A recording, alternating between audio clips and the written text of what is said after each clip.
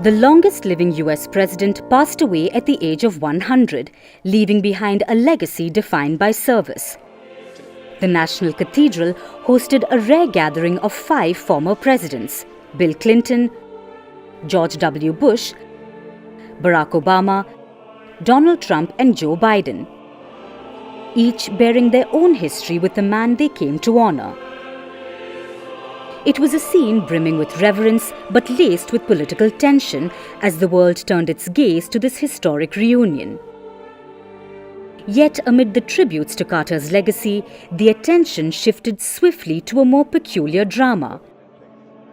One unfolding not in speeches, but in subtle glances, unexpected exchanges, and the unmistakable hum of social media. Because in today's hyper-connected world, nothing escapes scrutiny, and cameras caught moments that spoke louder than any eulogy. Barack Obama and Donald Trump seated beside each other. It was a scene few could have imagined, because in the past, Obama was the same man who once branded Trump unfit for office and was now chatting amiably with him. And just like the wildfires, social media erupted. Obama and Trump looked like besties, one user quipped on X, while others speculated about the nature of their camaraderie, with one saying, "Is Obama warming up to Trump's influence?" The irony wasn't lost. Trump, a polarizing figure, now seemed to draw more attention because who doesn't want to be friends with the next president? Off the top, you mentioned the Carter funeral today. What were you talking to Barack Obama about? It did look very friendly, I must say. I didn't realize it.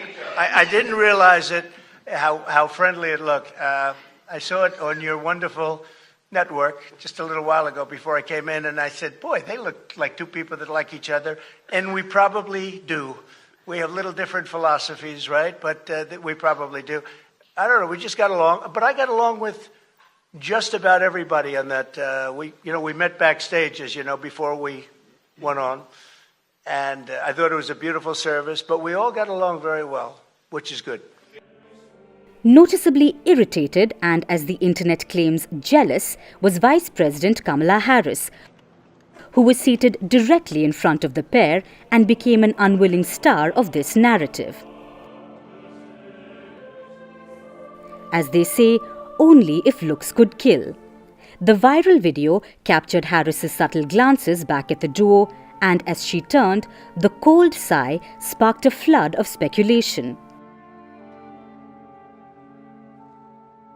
"Why is Obama talking to Trump and not me?" a user claimed, with another pointing out, "Kamala is a bit jelly."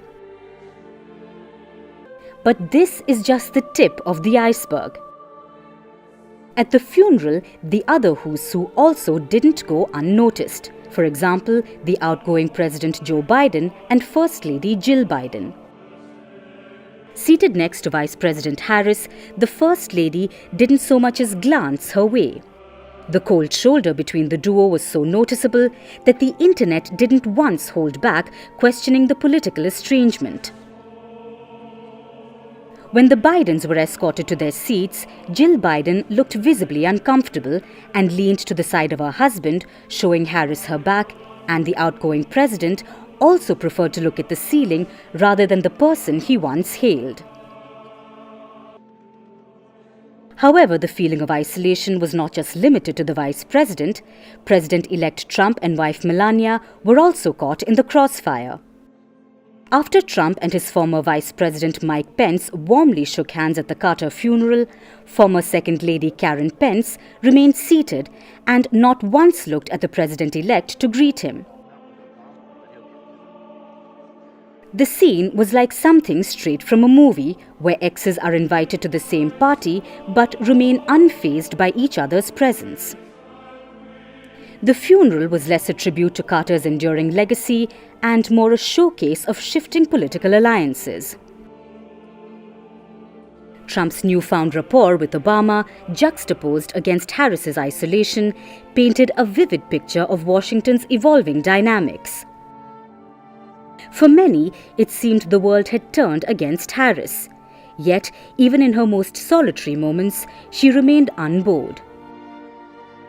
So, while the nation bid farewell to a man of peace, the spectacle of power plays and personal tensions underscored the fractured state of American politics.